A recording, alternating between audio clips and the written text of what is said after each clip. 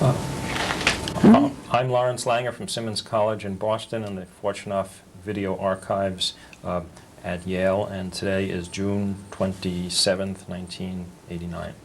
And I'm Lucille Ritbo from Yale University. And Mrs. Sardi, if you will you give us your name, where you were born, when you were born, and talk a little bit about the place where you were born, your family, what it was like there when you were a child, the community, and then we'll move on from there. All right. I am Judit Sardi. I was born in Szeged, 1929, September 27. Szeged is a second or third largest city in Hungary.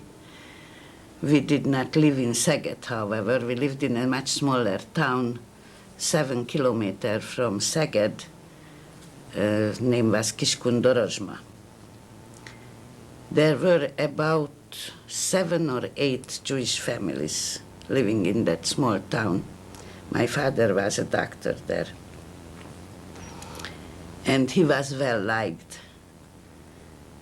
And he was an excellent doctor. I went to school and to Szeged because the schooling system was better in Szeged. Was it a public school or a Jewish school? For the elementary school, which was 4 years, I went to Jewish school. And after that, I went to a public school. By the time I finished the elementary school, there was already, what year was that? 39, 40, something like that. I am very bad with dates. There was already a numerus clausus introduced even to high schools. That means that only a certain percent of the students could be Jewish. In about 60 number of children, we had 2 class, A and B class, so 30 each. So in the 60, could have only 3 Jewish kids, so that's 5%. And it was a fight always that, to get into the high school, which is enabling you to get to higher education. The high school was 8 years, and after the 8 years you could go to the university. But even to get started, if you didn't get started when you were 10, 11 years old, then you were out. So I got into the high school, and as a matter of fact, we were fighting for that place with the rabbi's daughter, who was my classmate in the elementary school, and her name was Frankel, Judit Frankel. And she was not a smart kid, but she was the rabbi's daughter. And my mother said that, well, maybe because he has big influence, she will get in. And she talked to the rabbi, and she said that she will try to get me into the high school. And the rabbi drew back. He said that I am more talented and more up to getting into high school. So I got into high school.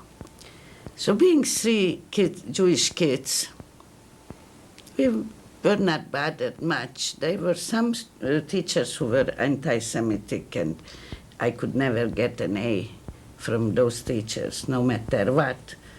I always got the B from them, but it was not too bad. As it got closer to 1944, especially after the Germans came in March 1944, things got worse. When the Germans came in, the postmaster in that small town called my father And he said, we get visitors, unfriendly visitors, and you should think about what will you do. So my father understood right away. The family got together. But what can happen to us? We are here so long. My mother could go back for centuries with her family. We are Hungarians. So sure, we are Jews, but we are Hungarians. And my father is well liked, and he saved so many lives. Well, nothing, we will somehow manage. The only thing they did, they were giving out some valuables, silver trays, gold pieces and things to some good Christian friends. By the way, I rather say it now because I will forget. Somehow, the Russians, when they came in, these friends said that the Russians took everything. So nothing came back. May I ask you, between 39 and 44, while the war was going on in Europe, did your father or your family or neighbors have any sense of what was happening to the Jews in Europe? We heard. I don't know too much about it because I was 13 years old and I was not much involved in the family political discussion. In our family there was, every party was practically represented from the kings, for the kings to the communists. Everybody was representing some parties. I mean, when family discussions were.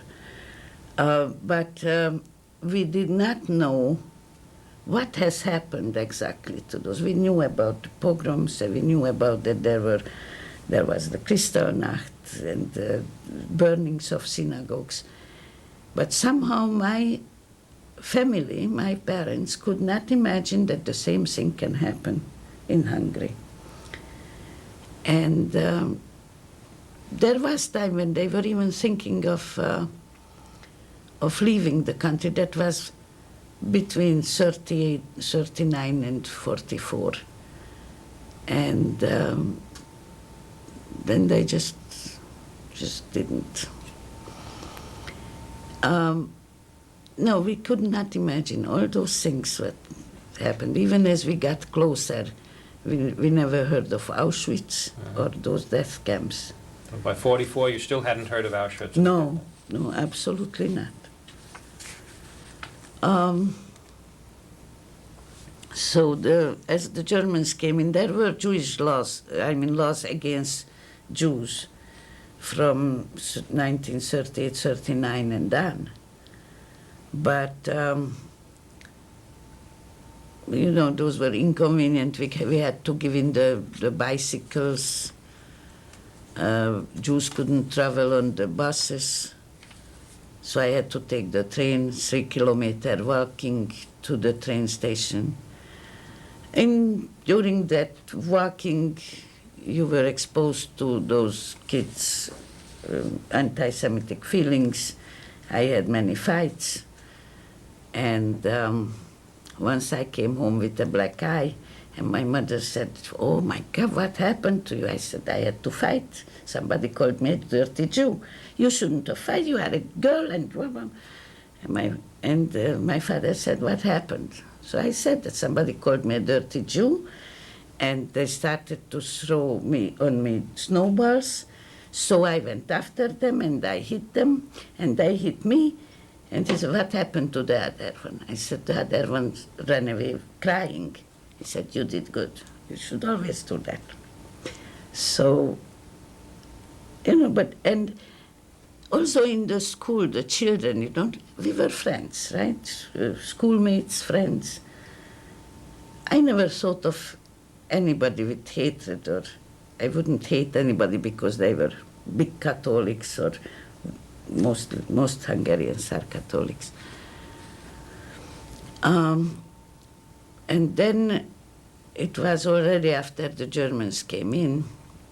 One girl stands up and goes to the blackboard and writes out that out with the Jews from the class. Now we were only 2 Jewish kids. One was a lawyer's daughter and me. The other, one girl was in the other class because there were the 60 kids were in 2 classes. And I said, wipe it off. She says, no. Wipe it off, write you. So we fight. I put her down, took her by the 2 ears, and I shook her head down the floor until she said, okay, I wipe it off.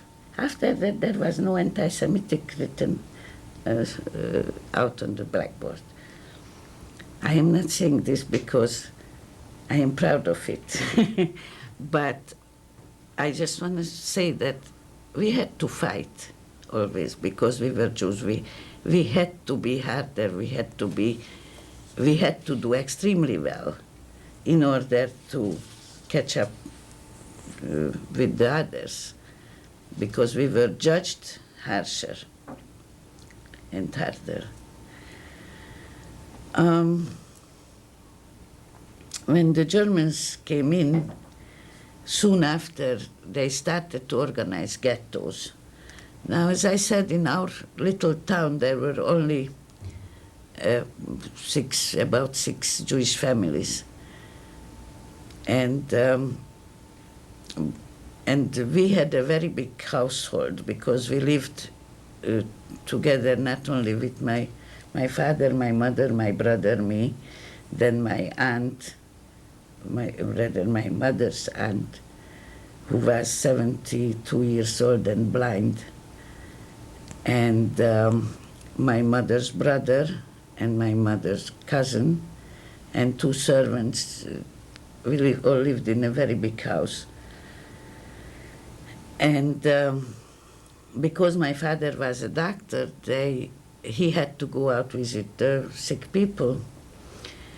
Even though the visiting hour, to go out, we couldn't go out a certain time. There were restricted hours when Jews could go out to the Christian district. But we were not put in a ghetto. We were staying in the house. They put more Jewish people because they collected from the surrounding small towns where 1 or 2 Jewish families lived only. They were small places. Those had to move in, and they put them or in the ghetto, which was a few houses in a street, or in our house. And but that didn't last too long, because soon after they started to gather the people from the surrounding towns. Once they said that we should pack together, the servants had to go because Jews could not employ Christians. We had one servant who was with my grandmother, started with my grandmother when she was about 16, 17 years old. After my grandmother died, my mother inherited her, and it was said that I will inherit her after that. Now, she was in her 60s when she was with us in my mother's house. And I just have to tell you that she had to go back to her family in another small town, who got her jewelry and everything what she got, money, because they had to keep her there. And when we got back, she came again to us and she said, next time I go, you have to go, I will go with you, because this was terrible for me and my family. But she lived with us until she died after the war also. So they said, the Germans said that we have to gather 3 days of food, some clothing together, because they will take us to some place. We had no idea what place. We had no idea how to pack. And just to say that how ignorant we were about the situation, my mother packed a huge, how they call that, those chairs and woven chairs, like they make it from some kind of a, huh? Wicker. Yeah, wicker. She got made a huge wicker box, and in that one she packed the covers, blankets, pillows, nightgowns, all these things. And my father and I, we said, well, who will carry it? Well, somebody will be there to carry it. But that stayed right there. Then for 3 days' food, what to take? For some reason, my mother thought that poppy seed is necessary because she has to bake somewhere, right? Something, and poppy seed is good for baking. So we had about 2 kilos of poppy seed with us. And of course, some meat, baked meat and bread, but that really only lasts for 3 days. It will rot, and there was no coolers or things like this. So you could only take limited things with you. Somehow the poppy seeds remained with us. And at the end, there were days when we had nothing else but this poppy seed. And we ate it by the spoonful, and it was something, at least something. So you never know.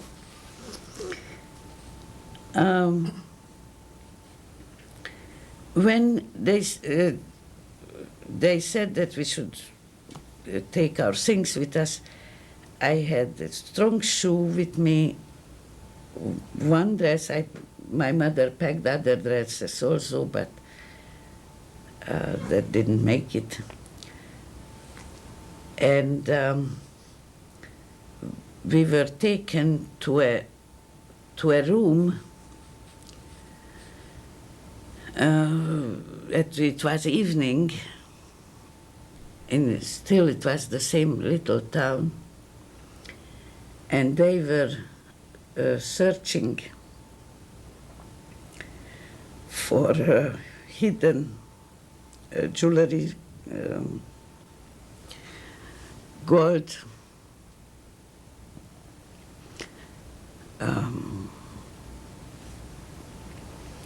and there were detectives and Hungarian, not police, they called it gender.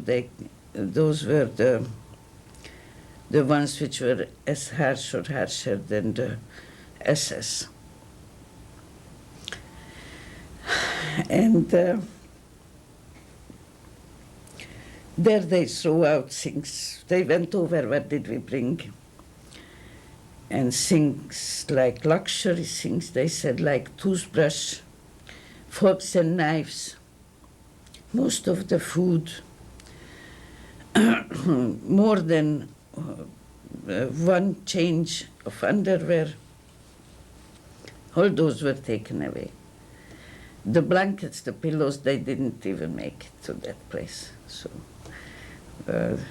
because we had to carry everything. And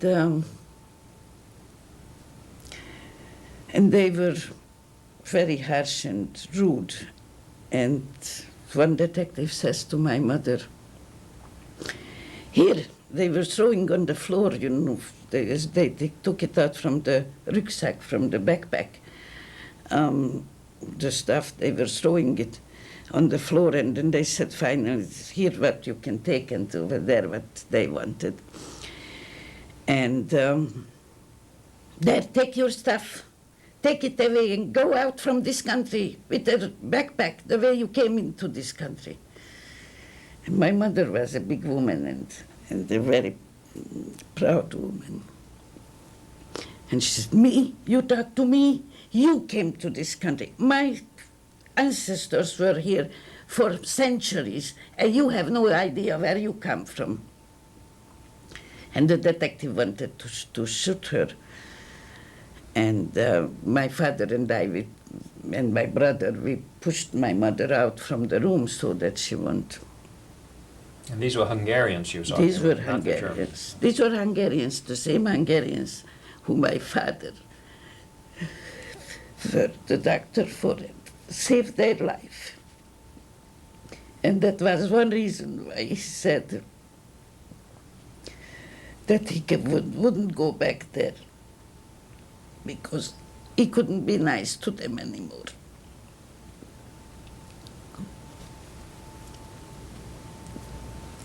And next day we were sleeping on the floor there, and next day they were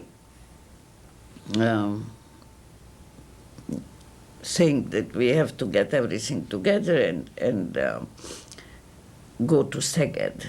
The Szeged was 7 kilometer walk. 7 kilometer is about 3.5 miles or so, I think, right? It's a little over 4 miles. Right. And it was raining. Yeah, one important thing you had to carry with you. At those times, not every house had a bathroom. And you could, when you went for some unknown place, you carried a bowl with you so that you can wash yourself, or you can do washing, cleaning. So we had one of a big bowl, and I remember it was raining as we walked from Dorozsma to Szeged. It was raining, and I put that bowl over my head so that it was like an umbrella for me. And everybody carried their own pack, and we arrived to a stadium. It was a sports stadium, football field, I mean soccer field, but in Hungary they call football. And we were put on the tribune, and we were there for about 3 days. All the food was gone there already by this time. And there were people who were allowed to take in more. The people were not as harsh. And I am looking for some tissues. Do you have any? They have somewhere in this big file cabinet. Thank you. Okay. And there I got an offer. Somebody was coming to my mother, a Christian person, and I don't know who they were really. And they said that they were willing to take me and hide me until this is over. And would I want to go, or would they let me go? And my mother, who was a very determined person, and she always knew what to do, she did not want to decide this, and she asked me. And I didn't want to go. I said, whatever happens, happens, but I will be with my family. I was 13 years old, for 13, 14. And from that place, we were taken to a, still in Szeged, to a brick factory. Now they were doing this because they were gathering all the Jews from these little towns surrounding Szeged. They were even people coming from Yugoslavia, which now it belongs to Yugoslavia. At that time it belonged to Hungary. And I don't know, 50 or 60 kilometers surrounding Szeged, all those people had to be gathered together. So they were doing this collecting. And in the brick factory, we slept on the floor. There was no private place to wash or something, so we held something up to each other so that we can wash down ourselves, clean ourselves. And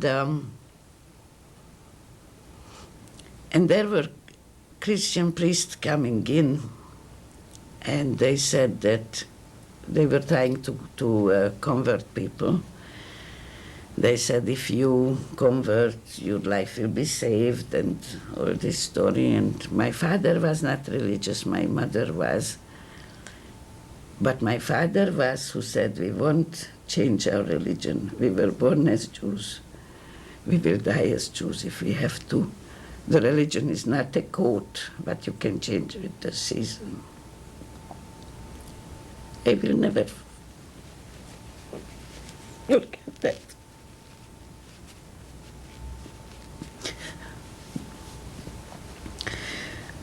From the brick factory, they took us to the train stations. They took us, we had to go always walk. And they were putting us in wagons for 6 horses or 40 people. And they put in about 80, 90 people in a wagon. There were small children, old people. My old aunt was with us. My mother's brother from the same household, as I said, he was earlier called into the army, which was Army for the Jews labor camp. He was taken much earlier than we were. And my mother's cousin found his sister from Szeged, and he joined them. So we were in a different places, except with my grand aunt, with my mother's aunt. Your brother was still with you? Oh yeah, my brother was with me. He was a very serious kid always. Didn't talk too much. Tried to stay out of trouble, but he got hit because he wasn't fast enough to go up on the ramp to the wagon. So he was hit with the end of the gun, that wooden end of the gun, those Hungarian police. There must be a name for that. I don't know that. You could see some old pictures. They had the roosters. Feathers? Feathers, yeah. I don't know what is the English name for them. Your brother was older than you? 2 years older. Were they auxiliary police like we had? No, it was stricter than the police. The police handled the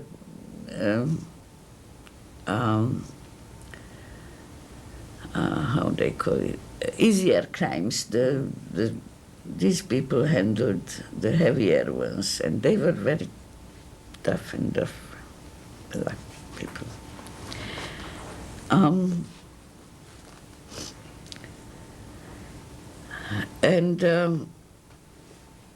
We had no idea, of course, where the train is going. The train door was closed. There was 4 small windows with screen on it.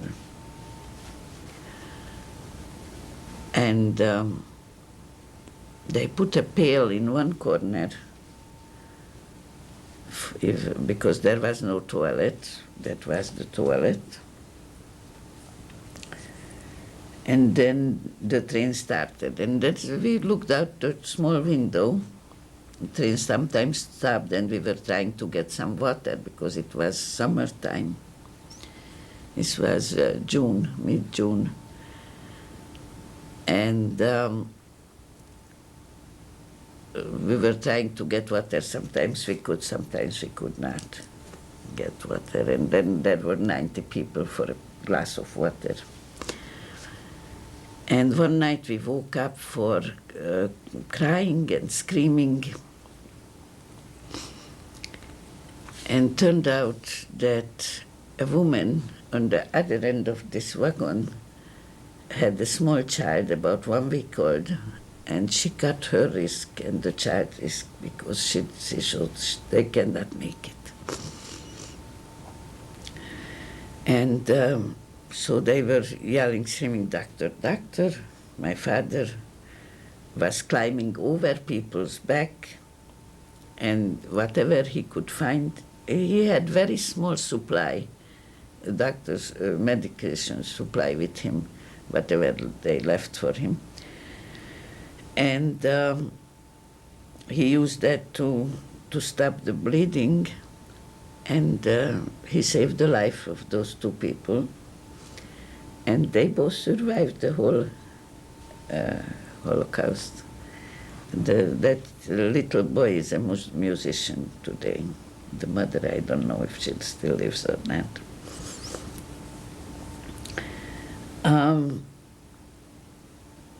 Why I am saying this? Because he was, my parents were always trying to help and see who needs what. Not that I have to save it because who knows what happens later. They were always helpful and deal with the immediate need.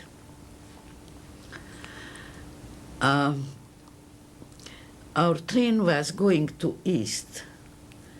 As we passed the cities, we could see that we were going towards east. And of course, Poland is east from Hungary, and Auschwitz was east from Hungary, but we had no idea about those places. Then the train stopped. We stopped for a long time, and then it turned back and we were heading west. Just very recently, a few years ago, I read a book about this, and I read that that was the only train which was turned around from Hungary because Auschwitz was full and they could not take more prisoners. And this train from Hungary was directed to west. So from all these problems and with all these unfortunate happenings, I am very lucky. Because the camp where they took us was Strasshof, and that was far not such a death camp what was Auschwitz or Bergen-Belsen, Mauthausen. Strasshof was a so-called Gesammlungslager, where they gathered people together. They were Ukrainians, they were other nations. They were barracks, and with SS around it. They were, and Ukrainian. They took second helpers from the Ukrainians, who the Germans did not think of the Ukrainians like real human beings. We were way down, worse than an animal, right? A Jew is way down. Ukrainians were a little bit probably better, but not much. These were the Ukrainians who, when the Germans were in the Soviet territory, these people did not dislike the Soviet government, and they wanted to join the Germans, and they thought that it will be good for them. Well, they were treated almost like animals too. But they got a little better food, and they were not as cruel as the Germans. And I remember that we had our guard, Ukrainian guard, Nikolai, who had potatoes one day. And I haven't eaten potatoes for a long time now. So I was circling Nikolai, that maybe he won't eat the whole thing. And Nikolai saw me, and then he saw that I am looking at the potatoes rather than him. So he left something in there, and I would never eat anything before that from anybody's plate. But I took the potatoes and took it home, back to our barracks, for my brother also, with whom I shared the potatoes. Now, these are things I should be ashamed of, probably, but I am not. The conditions in that camp were not great. The toilet was basically one wooden rod, and behind that rod there was a groove dug out, and people were sitting under that rod, and that's how they didn't know men's, women's, no separation. And these are things which they tried to take away dignity from the people, because I said they did not consider the Jews human beings. And it's hard to save your human dignity under these conditions.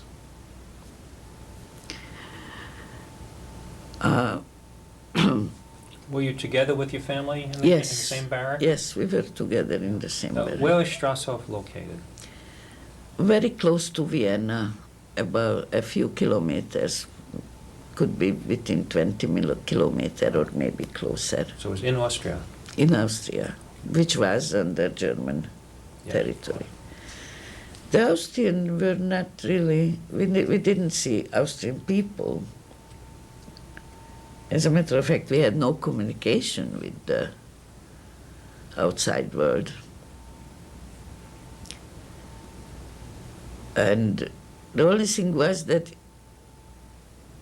the whole day, practically at the morning we got black coffee, a piece of bread. Noontime we got dried vegetable cooked in water. And at the evening again black coffee and a piece of bread, sometimes with margarine and marmalade once a week on Sundays. So food was pretty scarce. And things like needle or dishes, when we had to go for the food, the only thing we got with us was really a spoon. They took away forks and knives with luxury. And we didn't have toothbrush either, because that was luxury also, they said in Hungary, those detectives. But my father insisted that we should brush our teeth with salt with a finger. And we had to do that every day, and we had to wash all the way up and down in cold water, because there was no warm water, every day.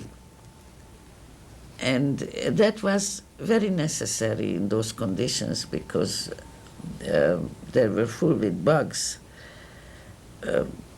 And at night, I remember I put my hand against the wall as I turned, and when I pulled it back, it was all bloody because of the bed bugs. It was full with bed bugs. So it was necessary to get yourself clean. Did you do any work in Strasshof, or was it just as Sammlung? We were, there was no regular work. Sometimes they took us to clean up other barracks. And once we were taken to clean up a barrack after the Ukrainians. And I was always looking for food first, then second, some useful things like nets, needle and thread and something. Then my mother says to me, "Look at that big porcelain dish." It was a big porcelain. And she said, "Take that, put it under your coat. It will be good for Seder plate." I said, "Seder plate? Who cares about Seder plate now? Why do I have to carry that?" No, you just take it. Well, I didn't take it, she took it. And even it was summertime, she had her, and we had our coats thrown on our shoulder, because it was easy to walk out, with the coat on the shoulder and the back, hands behind our back, so that you could hit something and walk like nonchalance. like nothing happened. So my mother took that big plate, and you know what? We carried that through the whole Holocaust, and we took it home to Hungary, and we had our first Seder in Hungary with that Seder plate. And well, the Seder plate is unfortunately broke sometime after, but I was amazed that her biggest problem was in June that will be good for a Seder plate. We were there in that camp for about 6 weeks. The worst thing was, you said it right, that there was no regular work. And people, you know, they were nervous, they were angry, there were arguments. It was difficult to live a human life. And they always said that doctors should, they will be placed in their own field, and they are working on it. Now, I never saw so many lies in my life what the Germans did. Oh yeah, with the lies. My aunt, 72 years old and blind, she survived the traveling, which was few days in that wagon. And before we were taken to Strasshof, the people from the wagon were unloaded to a big field on the sun. Under the sun was no trees or anything. And she got high blood pressure, and she had a ailing health. And then the Germans said that all those who have small children, no, this was still in Hungary, I forgot that. I forgot to say that. Let's go back to the Hungarian brick factory. There were troops taken out from that brick factory. And the Germans said that all those who have small children and old people should go with this troop because they will stay in Hungary in easy work. And my mother said to my father that, well, we should go with this troop because of my aunt and because we are too small. Well, we weren't that small. My brother was 15, I was 13. And my father said, no, we shouldn't hurry. Let's see what happens. We know where we are now, but we don't know where we will be. So we stayed back. And all those with the small children and old people who went with that group, they did reach Auschwitz. And we stayed back to the last group. And so ours was the train which was turned back from Auschwitz. This was pure luck. But that was a big lie, that those who have small children and old people.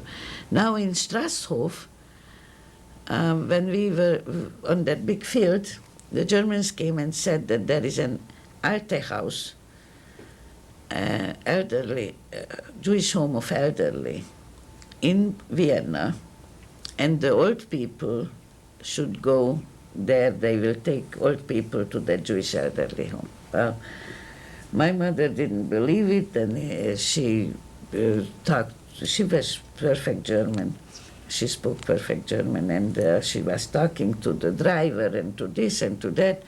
And yes, there is an elderly home. That's where they will take them. So we gave our aunt to them to take her, and they did take them to Auschwitz also, to gas chamber.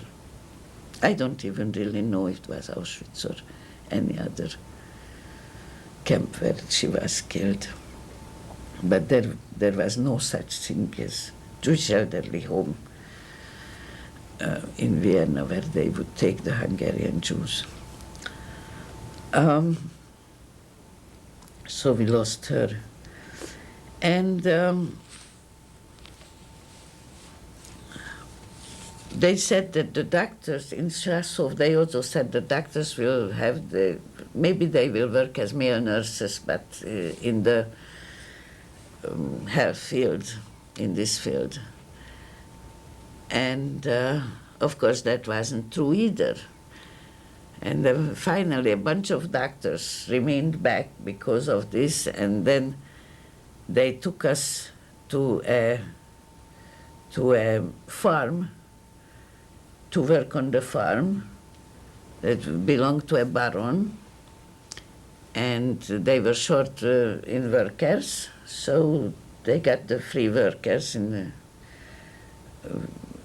us, and they moved out the horses to a better place, to a nicer new building, and they moved us where the horses were living since that time, till that time. But it was still better because we were out on the fields. We had again an Ukrainian watching us. There were no soldiers or SS around us. Time to time they were visiting some high officers, but they didn't bother us much. You could get fruit because no matter how they scream, they yell, the fruits are on the trees, and we were out there. They were setting up a kitchen in that farm where my mother and two other women was cooking for the group. Now there was no big cooking. They got rationed out, mainly vegetable, potatoes, some bread, which was also rationed out, very little sugar also rationed out. And, but there was still much better than it was in Strasov. In Strasov, many people got sick. They got diarrhea. We got it too, but there was nothing you could do about that. And we had to pick up potatoes. I remember that Yom Kippur we had to work and went out to the field, and many people, including me and my family, we were fasting. On Yom Kippur we had to pick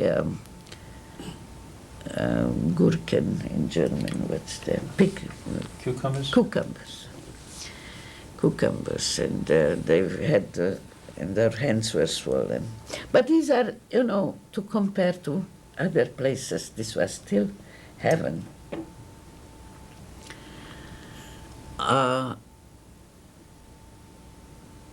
We were taken from that place as winter was coming. We were taken to another place, which was even a bigger heaven. We had to work in a sugar factory. That was Grusbach. There was a sugar factory there. Now here in these places, we did not have any communication with outsiders. Not in that little town, there was practically nobody there. In Grusbach, in the factory, there were Czechoslovakian workers. And the Czechoslovakian were, because this was the occupied Czechoslovakian territory. Morava, Czechoslovakia, Morava.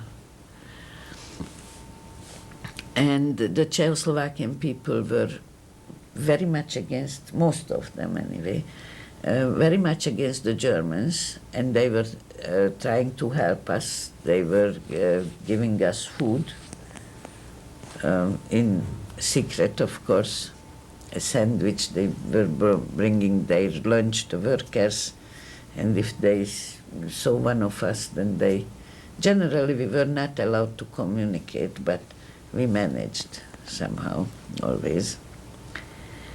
And of course everybody wanted to take home sugar from the factory. And there was every day they were searching for sugar, the people who went. And I always ready to get some food or something useful. So I always had a big sack over my shoulder, a big bag. And I put heavy stones. They used this calcium oxide stones in the factory to clean the sugar. And I put that in there. And when I went through the search, what's there? They saw sugar, stone. And I showed that I am a stupid little girl and I like stones to play with. So soon after, 2 weeks after, they said, this is the stupid girl with the stones. So from then on, I took 2 kilos, 3 kilos with me, sugar. And they were not bothering me. That sugar was very handy when we couldn't get anything. So no matter how they tried to watch us over there, you could eat, and that was a fantastic thing for us. I was doing night shift, and I was washing the floor. I was given this high work to wash the floor, clean the floor. And it's not like here in America that you do it with a piece of stick, right? You had to bend down on your hands and knees and wash the floor. And I was bending down, and somebody hit me behind.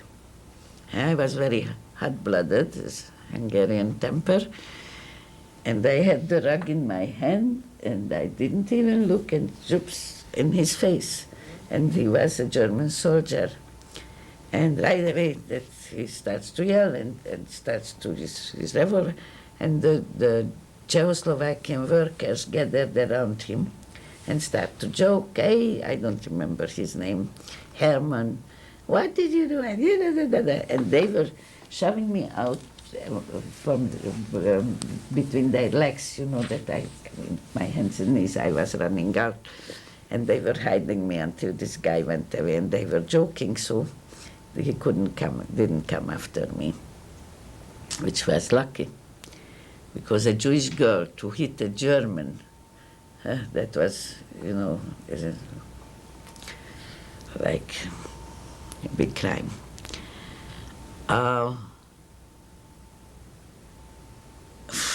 We were, our station where we lived for this time when we were working in the factory. This was a little town and was not prepared to stock up Jews in barracks. So they had a movie theater, and in that movie theater they had a large courtroom. Now that courtroom was transferred. For us, they put in bunk beds and big long tables and bench in the middle. And we were about 40, 50 people in that one big room. There was toilet, you know, the normal toilet, you could flush it. It was private, you could close the door. So it was heaven. As a matter of fact, I was very tempted that the movie theater is there and I haven't seen movies so long. So I made a little hole and I made ladder. I stole the wood and the nail and made the ladder so I could climb up, and on the top I could watch the movie. So sometimes I succeeded, sometimes I didn't, because the people did see the light, and then they were yelling, screaming, and then they were yelling and screaming that who did that, and they put it in. And that's, you know, that was just a little more normal life. I was also, winter was coming, and our shoes, the only shoe we had, started to go apart. the factory had a Schusterei, a place where they had these big belts made from leather. And I made good friends with that Schusterei, with that place. And I got tools and leather pieces. And then at the or spare time, I started to fix up my shoe. Then other people saw it, and then they gave me their shoe, and I got the leather again from the factory. I was starting a very nice business there. And also, we needed warm clothing. Now the Germans, this sugar was put in big sacks, and one line was paper, but the other line was from a material. So if I could steal those sacks and take it home and get the paper, get off the paper and just the material, then my mother could knit. If I can steal some long piece of metal and make it sharp, because I knew how to make sharp knives, or this kind, how they call that, you know, which goes around and you make the sharpen the knife. Grindstone. Grindstone, yeah. So I knew how to do that. And I made the 2 needles. And the place for these sacks was over the elevator, where the elevator was. They had a big elevator to carry all those, you know, not for people, for the sugar. And of course I couldn't use the elevator or the stairs, because then they could see me. So I climbed on the elevator shaft up to the window, get into the window, get the sacks out, put it around my waist, and I took them home. So my mother could knit socks and pullover when winter was coming. And we got that. And I am not ashamed of it that I stole those and the sugar and all that.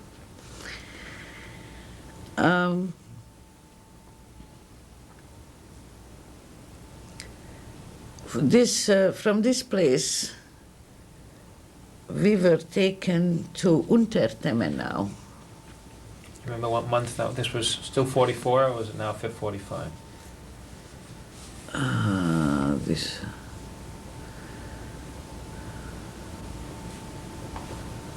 Let me think back. June, October, November, December.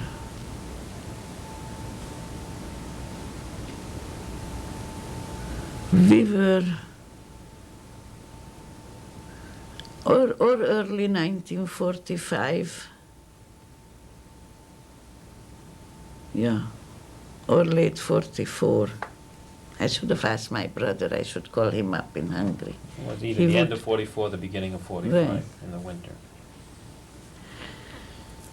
And we had to, that was a brick factory where we were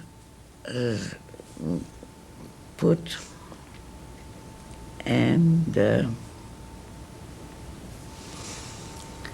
we had to dig holes for the, it must have been later, because we already dug holes for the, when the Russian groups will come, for tank traps. And the ground was soft enough to dig. No, it was not soft. We had to use that. The pickaxe. Yeah, but it was early. It was early 45. Okay. And of course, the food was given to us by Germans. It was again dried vegetable, not much food, very hard work. And the Russians were coming. You said that we will have a recess? Yes, would you like to take a little break now? Yes. We're just about to change tape, so let's stop right now. Very Take a good. little recess, okay? Yeah, and let me have my You can have your cigarette.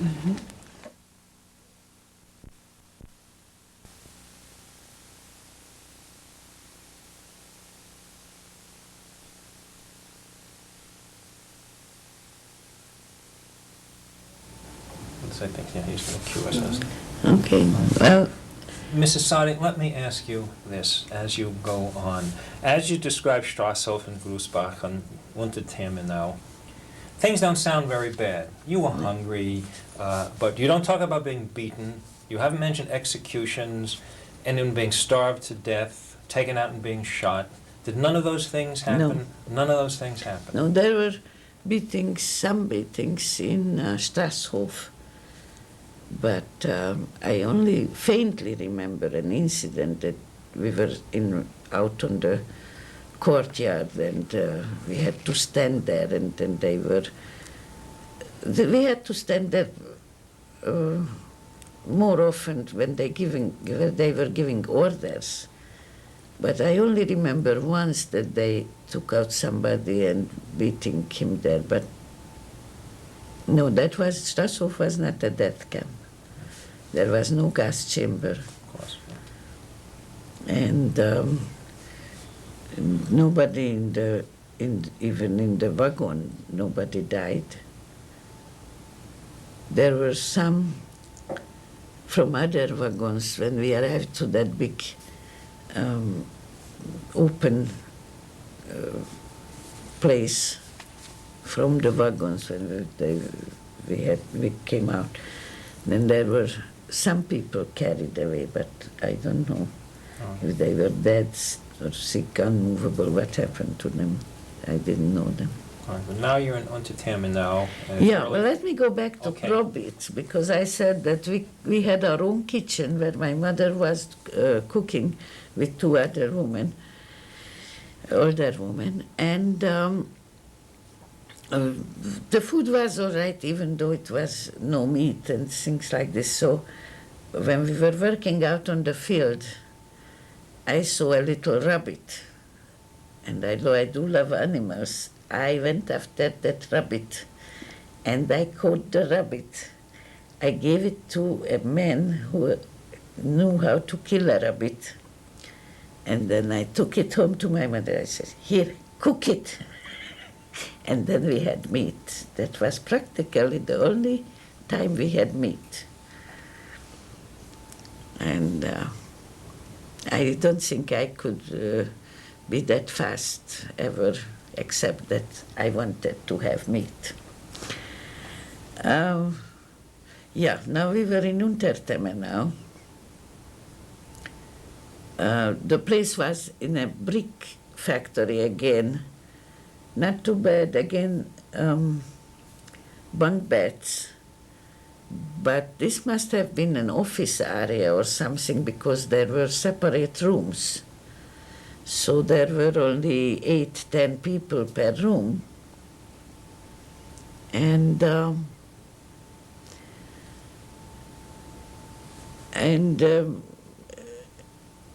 except that the work was very hard, because we had to dig those big tank traps, which they said they are 2-minute tank traps, because they said 1 minute the Russians will stop and laugh, and the next minute they will cross it over. So they were really no use, but we had to do them. And Wehrmacht was there. There we didn't have civilians, there was Wehrmacht around us. And it was cold, it was windy, it was bad, but still not that bad as most of the places. Well, as the Russians were approaching, and the front was approaching, the Germans wanted to take us to another camp. And we had to gather everything together. And from the village, they got a big carriage, wooden carriage, no horses, but carriage. We put the stuff in there, about 50 people from the group.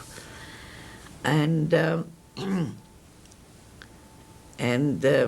we had to head to this other camp. Now they said this, we will go to Theresienstadt. Of course, we haven't heard about Theresienstadt before, and we did not know what Theresienstadt is. We just knew that the Russians are very close because we could hear the front.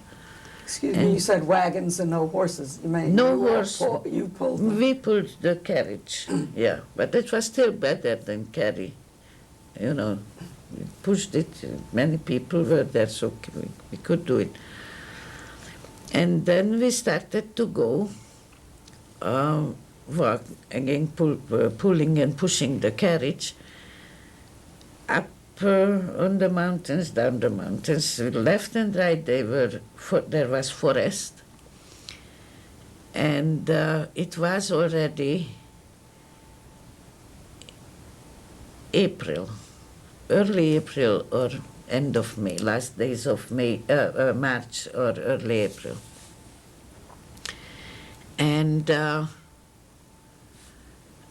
they were trying, the elderly was trying to, I mean, we had a UPO. The Germans always insisted that somebody will be the group leader who is carrying through their orders. And they wanted my father to be the UPO. And my father said that he doesn't know enough German, although he did speak well German. He just said to my mother that there is no way that he could force his people to do what the Germans want to do. Is UPO Jüdisches Polizei? What is it? He was just the group leader, basically. You know where the UPO, word it was comes from? another doctor from another town, from Halas. What was his name? I forgot. But he was a doctor, younger a little than my father. And he was very, humanly trying to balance between the Germans and our groups. And he was responsible that everybody will appear at work and no sick people will stay home, or if they stay home for one day, they could even do that, then they are really sick. And that the work is carried through, basically. That's what they had to care about. And food supply was given through them and all that. But so he and my mother, they were trying to talk to these soldiers that, listen, we are so many and let us go. The Russians are coming, and they wouldn't let us go, of course. So we had to start to go towards Theresienstadt. And when we were on the road, left and right, the forest, Russian airplanes were coming, and they were starting to shoot, coming down, the airplane was coming down and shoot with machine gun the road, because they saw people there, they didn't know who they are. And as of course the soldiers were running away also because of the shooting, and they were running left and we were running right to the forest. And we were running and running, and we went way into the forest, and until they said that, and then the group was separated, the whole group did not run together, but we were about 14 people stayed together. And we arrived to a little hunter's house in the forest. And that's where we went in, and we were looking out and trying to hide that are the Germans coming after us or not. And they were yelling, and but we didn't come out, and we knew that, they cannot go through the whole forest. It was a huge forest to find us.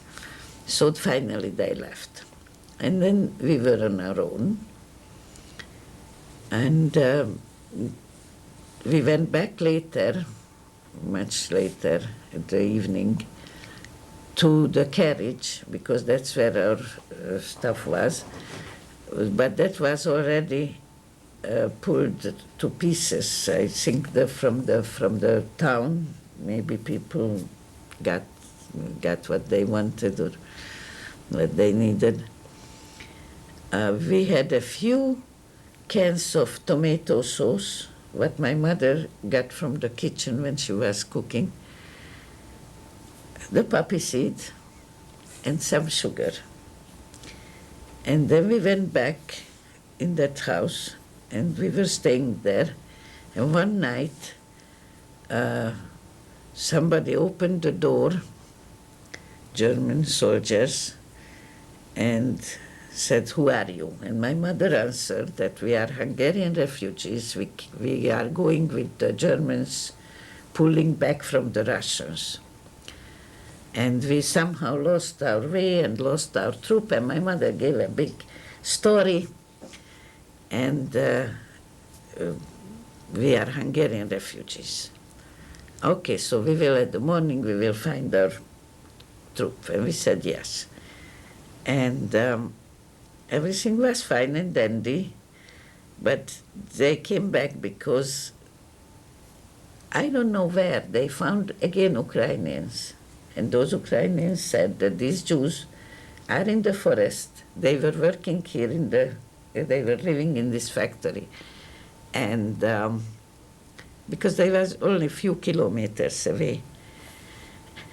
And so they told them that we are not Hungarian refugees, but Jews. So they came back and they said, "We know that you were lying to us. You verfluchtete Juden. And we will shoot you now to death." And it was too young. It was still night, very dark, but too young, very young people. From their voice, you could hear that they are 17 years old children. And it was. Then the other, one soldier says to the other, "We can come back for them. We can kill them anytime. They cannot go anywhere. They sent us out to find out where the Russian troops are. So let's first find out, and then we will come back and kill them." No, they will kill them. And they were, you have to pull the machine gun, make it work. And so we were ready that now we have to die. My mother took me in her arm. We were lying on the floor in her arm, and my father took my brother in his arm. We started to say Shema Yisrael, and then suddenly the Russians started to shoot those Stalin candles up to light up the area so that they can see that which way for the attack, what to bomb and what not to shoot and so forth. So that, see, they are shooting now, the Stalin candles are coming. Let's go first there. So they went away, and they never came back. I don't know what happened to them, and I don't care what happened to them. They didn't come back to shoot us. Then we changed our place because we were afraid that they will come back to find us. And we found an underground bunker, a place where they probably made it against the bombs or something. It was really just a corridor under the ground with benches, nothing else. And that's where we were waiting, and the shooting started. And the women were always screaming that, "Oh my God, this was right here. What if the bomb will fall us?" My father always said, "Oh no, this was far away. I can tell you, I can hear it." And of course, when we went out, we put out our hats when it was quiet. Everything was around it. All the shooting, bombing was around this place. And it was one night, it was big shooting, then very quiet. And my father said that we should look out at what is going on. And the young boy and I went out to the town, and I saw the first Russian soldier. Now,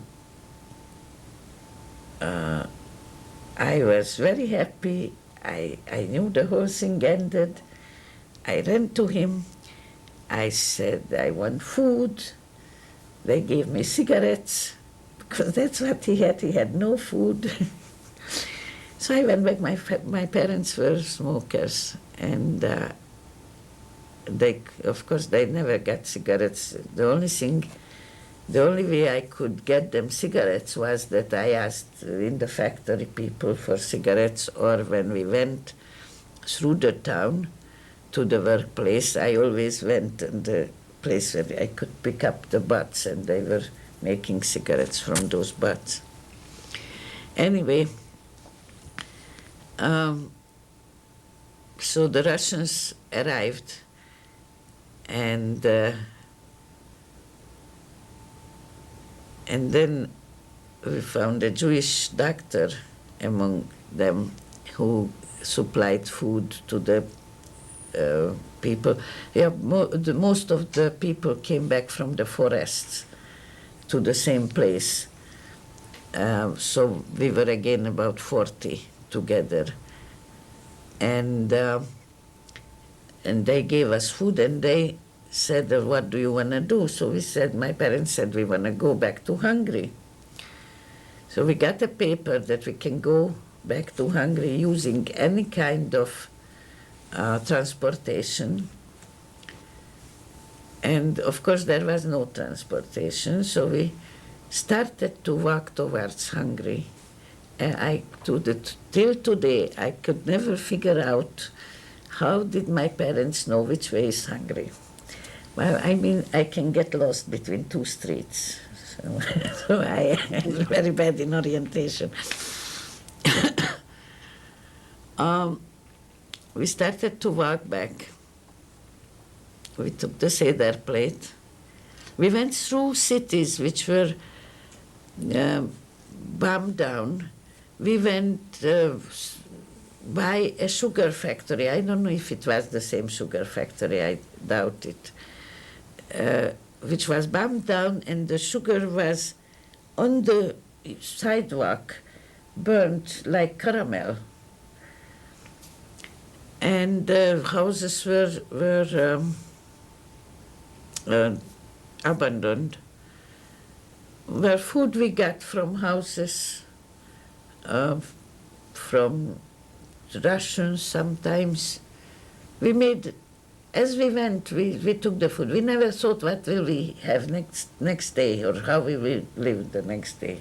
And this was characteristics for the whole Holocaust, that you don't think that what will happen tomorrow. Survive today, and then let's see what happens tomorrow, later. And we arrived back to Hungary. But before we arrived back, we also finally we found a train which was going towards Hungary, not for people, but it was an open train. They were carrying weapons and munition. Uh-huh. So we were already in Hungary, and then at the station, some Russians came and they said that, who are we and all that story. Then they said, okay, but stay one day and do some work for us. So we thought, okay, one day we worked for the Germans for almost a year. Okay, one day for the Russians. And we had to carry the munition. Next day we want to go. They say, no, you cannot go, work one day. We worked the second day, the third day again. So my parents figured, and the adults figured, that this way we can work here forever, and who knows what they will do. So were they feeding you in the meantime? Yes, they were.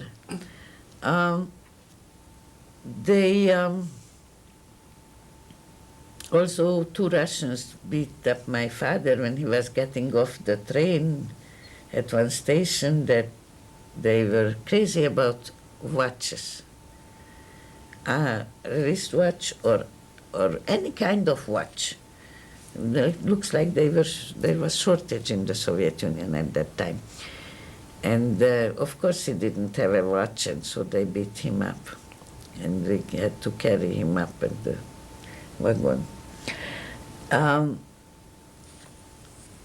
So my parents got to the little village, got a peasant who was kind enough to give us a horse and a carriage while he was driving it.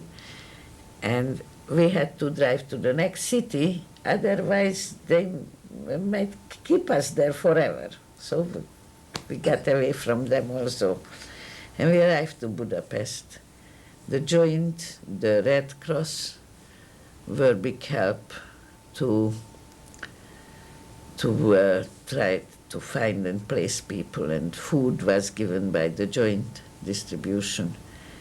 And they gave us forks and knives, and I could never think that I will be so happy to eat again with forks and knives and not with spoon or with my hand again. And we never went back to that little town. We went back to Szeged, which is 7 kilometers away, and my father started to have his practice there, his office. But 1 year after we arrived to Budapest, May 1st, 1945, and May 1st, 1946, he died. And that is his family. Now, would you like to hold that up? Yeah, get it.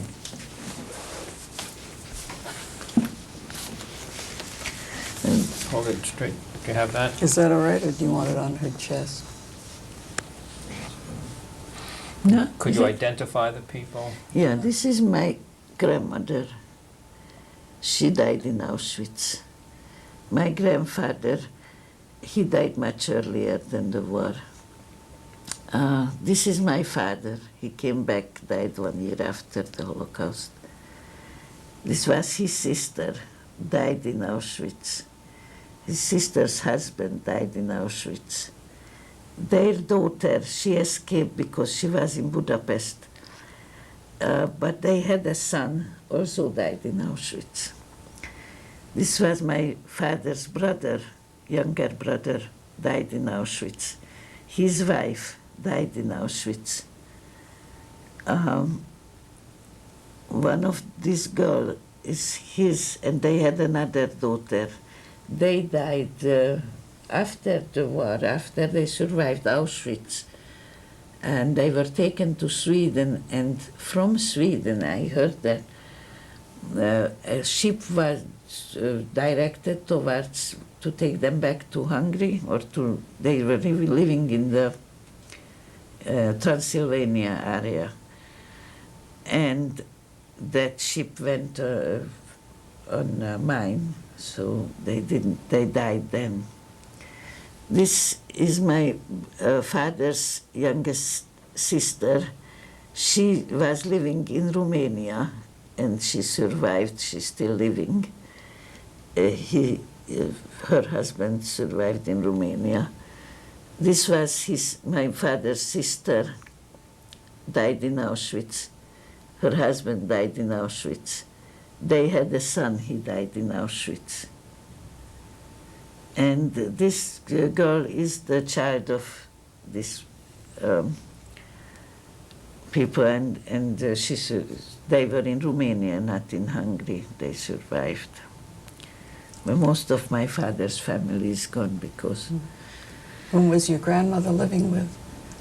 She was living alone. She was living in Transylvania, and in the same town as this brother. And probably they were together when they went to Auschwitz. We didn't really hear from them or what happened exactly. For instance, the son of this couple, he was in our age and good health. Also, the son of this couple, our age, I mean, like my brother and me, and good health. And they still died. I know. And this is my mother's place, but she wasn't there yet because they were not married yet. That's my mother. A very proud Jewish woman. I meant to ask you, when she cooked the rabbit, you said she was religious. Are rabbits considered kosher? No. I Did tell she- you about did she eat kosherness. it, or did she I tell you cook about it for you? kosherness. I was thinking that should I say this or shouldn't I? It sounds so unreal. We've had a kosher home, but we managed until they were taken us away. And I told you that we were taken to Szeged in that football field, soccer field, on the tribune. And our food was already gone. And somebody still had some chicken, baked chicken. And some acquaintance was to my mother's friend. My mother knew a lot of people from Szeged. She was from Szeged. And somebody said, here, have this chicken.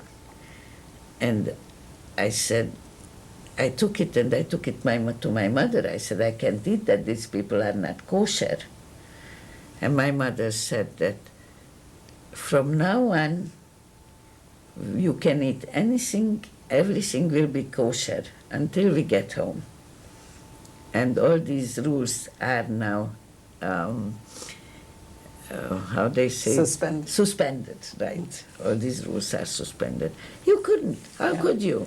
No, I was wondering how she dealt with it, but that was very wise. She cooked it somehow, I don't know. No, rabbit is not kosher. Yeah.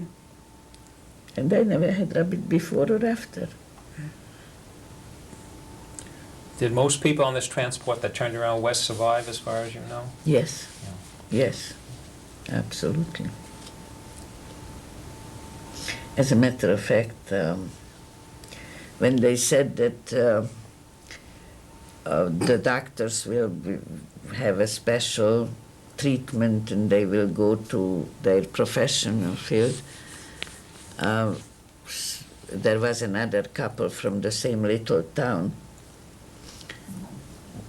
There was acquaintances, not real good friends, but friends to my parents. And so they said that, well, maybe we should be your relatives and maybe we can go stay with you, it would be safer. And they stayed with us. My mother said, from now on, she's your aunt, he's your uncle, and we are relatives. And they survived also, and I bet that they wouldn't survive without my parents because they were not, they were, always had some problems. And the man died shortly after we came back, but the woman came out here to America to his sister, to her sister. And when we came, I looked her up, and she used to mention it. Remember this and remember that, and if it wasn't for your parents, what would have happened to us? From what you said, it sounds like your father and your mother were better at managing survival than you thought this other couple might have been. In what ways? Yes, they were strong in spirit, and they always had their dignity. They always stayed human. Very often, you know, you lose your temper, you lose your spirit, but they always find something to keep the spirit up. My father was joking with people when they were bombing, and one woman went under the table that was still in the Unterterminal, and her tushy was out, and my father said, Herminke, your most valuable part is still out. Hide that too. You know, they are bombing, they are shooting, and my father is joking. You know, it's You mentioned earlier, was that one of the humorous moments you were thinking of when you mentioned yeah, earlier? that there was one something- of them. I won't forget. And The other is that I told you that in Grusbach we had a real toilet, with water, that water closet, they call it, right? And at night, we had a young boy with us, 5 years old, and his mother, from Yugoslavia they were. And this young boy went out, and it was night, and you couldn't light anything because of the airplanes. You had to be completely dark. So he went out, and then we wake up suddenly with big crying and screaming. And what happened? The boy fell asleep on the seat. A man walked out, started to do it. And this guy, he peed on me. And the mother was and the man, this was the man who we took as uncle, and, very scared. Always he was scared. I didn't know, I am sorry, I didn't know, I didn't see anything. He was also wearing glasses, and he didn't have his glasses, and so it's these things, Now, in the various camps, you didn't have appel or roll call every morning? No. No. And did you have problem with disease, lice, typhus? Yes, they in Strasshof it was a big problem with this diarrhea. It was, like water, it went through on people. But there was nothing you could do about it. And my father said that this is because of this watery food, and it's dirty. And you just handle it the way you can, you manage. And lice, there were people who had lice. My mother cut short my hair so that it will be easier to manage. And there was a little girl who had lice, and my mother got from somebody from the village petroleum, and they put that on her head. So we were trying to get rid of all these things which would spread the sickness. And cleanliness, this was a group which was mainly consisting of doctors, family, so they were not really bad. They were others also, and but they were told that, you do have to wash, and you have to wear. And we washed our clothes in cold water, and even without soap, but we did have to do that. Now, what happened after May 46, after your father died? My mother went to work. I went back to school, to high school, in 45, as a matter of fact, finished high school. And my mother was working at the factory which was owned by a Jewish owner. Probably you heard about pig salami. The salami, which was made by pig, even in New York you could see, it was world famous, the pig salami. Its factory is there in Szeged. And my mother's brother was working there for many years. So this owner took her as an accountant. And she was working, and our old nanny came back, the servant, right?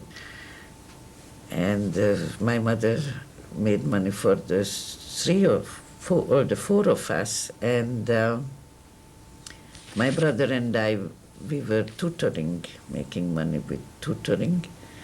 And I finished the university from 1948 to 52 in chemistry, and my brother became a doctor. But after Hungary went to communist, but tuition didn't cost anything. The only thing was that you couldn't really make money while you were studying. It's not like here. But we made a little money by teaching, my brother and I, but basically it was my mother who supported us.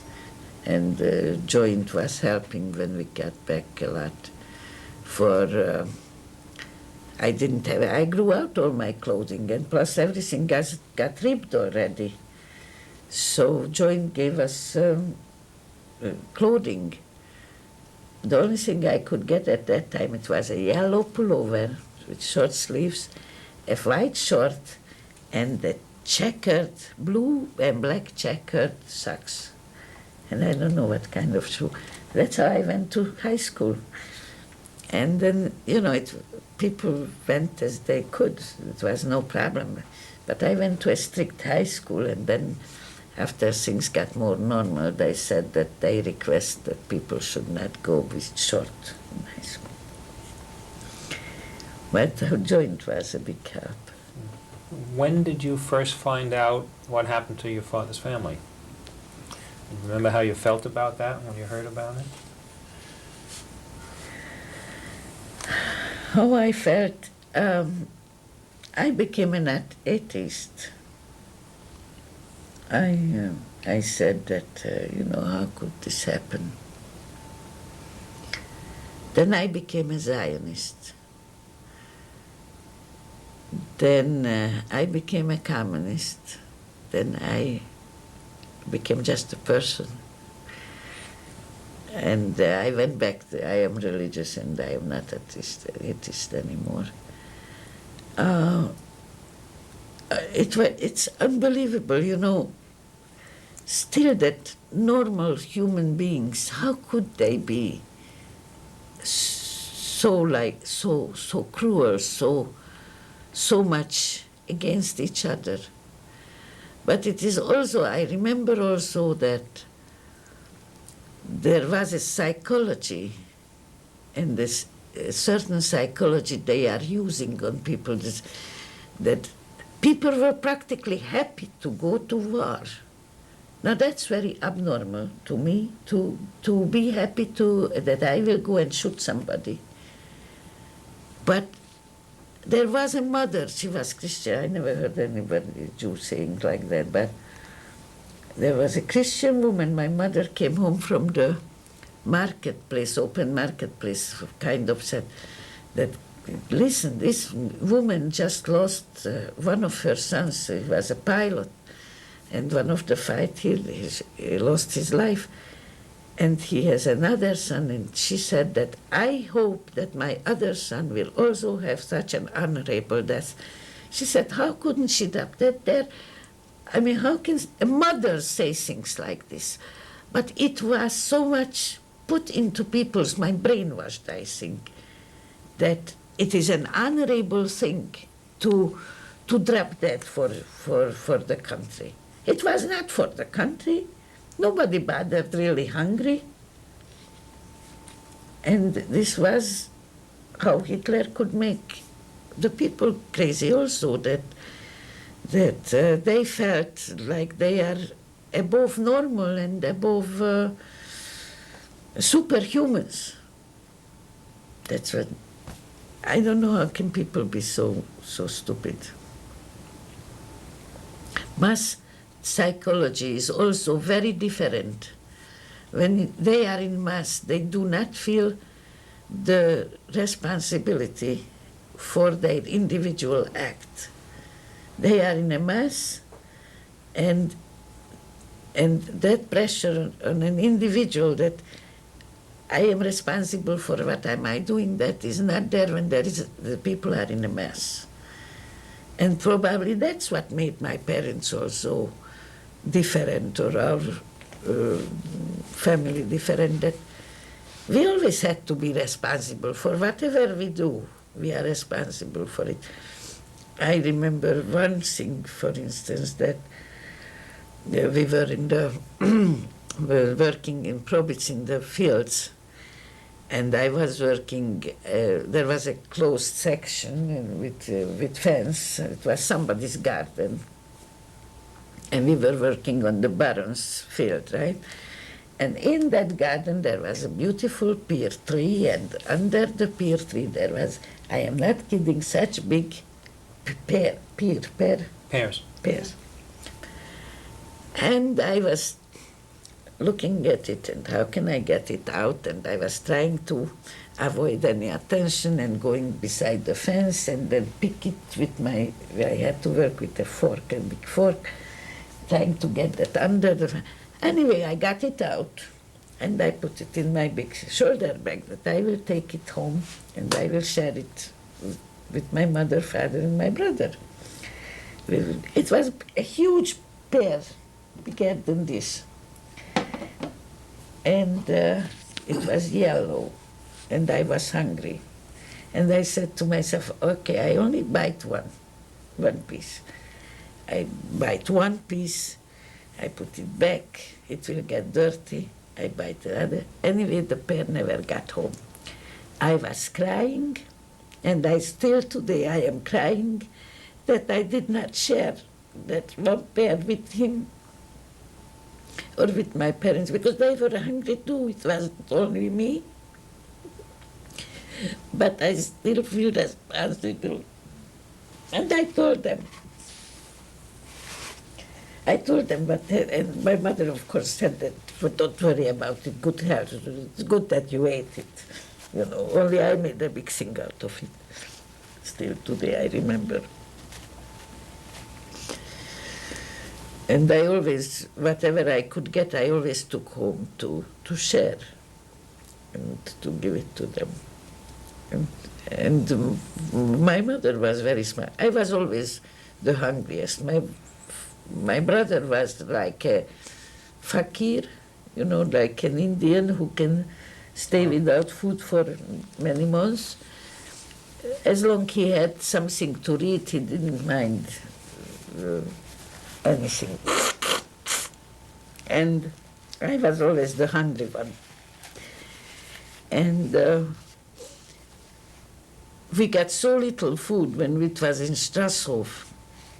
And also later, we always got it rationed out, bread and little margarine and that marmalade. And my mother gave me the job that I should distribute the food. Now, that was very smart of her, because I really had to distribute very evenly. And this way I was always satisfied, right? That I knew that I got what it was for me, because I divided it, and I had to divide it very evenly, so very honestly. And I did. And I did also that I always saved just a pinch of the margarine. And then once a week, I gave all that margarine. Then because there was not enough margarine to put it on the bread thick enough. I could only show the margarine. So I only showed the margarine to that bread, and I saved it up, and once a week we had it thicker. So she was smart that she made me responsible for the food, because I was the hungriest one.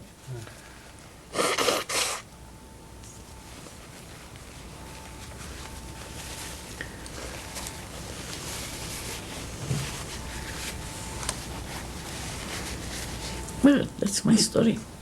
When and where did you and your husband meet? This was in the university. I was in the university already in 1950. But if he gives you another date, believe him, I am not that good in the dates. But it was 1950. And you came to this country when? 68. 68. With 3 children. And we made it very well with the 3 children. One is a pharmacist, the other one is a chemist, the third one is also a chemist, but she became a computer analyst. She likes more computers. So the 3 have their own profession. And the medical, pharmacy, chemistry stayed in the family through several generations. I told them that there are other professions than chemistry. But that's what they were interested in. They are good, very good at it. Well, it's a very valuable story, because as I told you, I've seen many of these interviews, but no one has talked about the transport, and many people who were from Hungary, no one talked about a transport not arriving in Auschwitz. Yeah, Go and ahead if you and know present somebody, give me my name and telephone number and get me in touch. Well, Maybe we'll I do know that. them. We'll do that.